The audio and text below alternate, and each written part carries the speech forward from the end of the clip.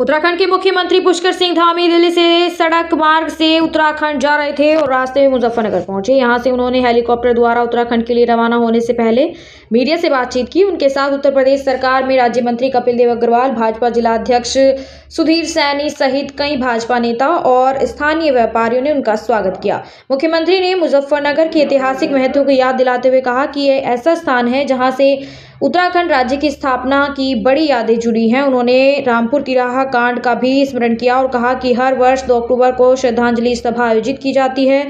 शंकराचार्य अभिमुक्तेश्वर आनंद को प्रयागराज में नोटिस दिए जाने के विवाद पर पूछे गए सवाल पर धामी ने कहा कि यह विषय राजनीति का नहीं है और इस पर किसी को अधिक राजनीति नहीं करनी चाहिए। उन्होंने जोर देते हुए कहा कि विवाद समाप्त होना चाहिए। मुख्यमंत्री ने चारधाम यात्रा और तीर्थ यात्रियों की सुरक्षा का भी उल्लेख किया। उन्होंने कहा कि यात्रा के दौरान श्रद्धालुओं की सुरक्षा सर्वोच्च प्राथमिकता है और सरकार सभी आवश्यक प्रावधान सुनिश्चित कर रही है ताकि कोई यात्री किसी कठिनाई या परेशानी का सामना ना कर सके। धामी ने स्पष्ट कहा कि सरकार अपने स्तर से सभी कार्य कर रही है और संबंधित विवाद पर राजनीतिक नहीं होनी चाहिए। मुजफ्फरनगर से जाना हो रहा है क्योंकि रास्ते में है मुजफ्फरनगर और हमारे पड़ोस में है।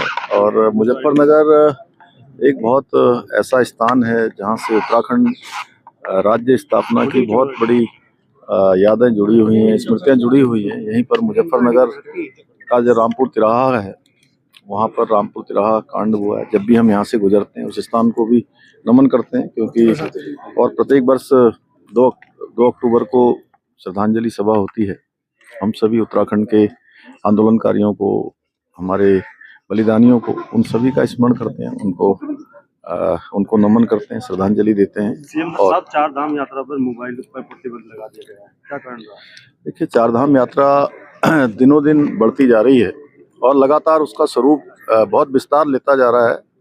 और चारधाम आने वाले सभी यात्री श्रद्धालु, उनकी सुरक्षा हमारे लिए सर्वोच्च प्राथमिकता है। अच्छी यात्रा हो, किसी को कोई परेशानी न हो, किसी कठिनाई का सामना न करना पड़े, उनका सुरक्षित यात्रा हो, उसके लिए सभी प्रावधान किए जा रहे हैं। उसमें सबको सहयोग कर।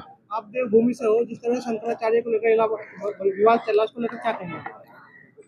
देखिए, अब वो चूंकि एक ऐसा स्थान है कि मैं समझता हूँ कि उस पर अपने स्तर से सरकार सब काम कर रही है और मुझे लगता है विवाद जो है समाप्त होना चाहिए। इस पर किसी को कोई बहुत ज़्यादा राजनीति नहीं करनी चाहिए क्योंकि ये राजनीति का विषय नहीं है।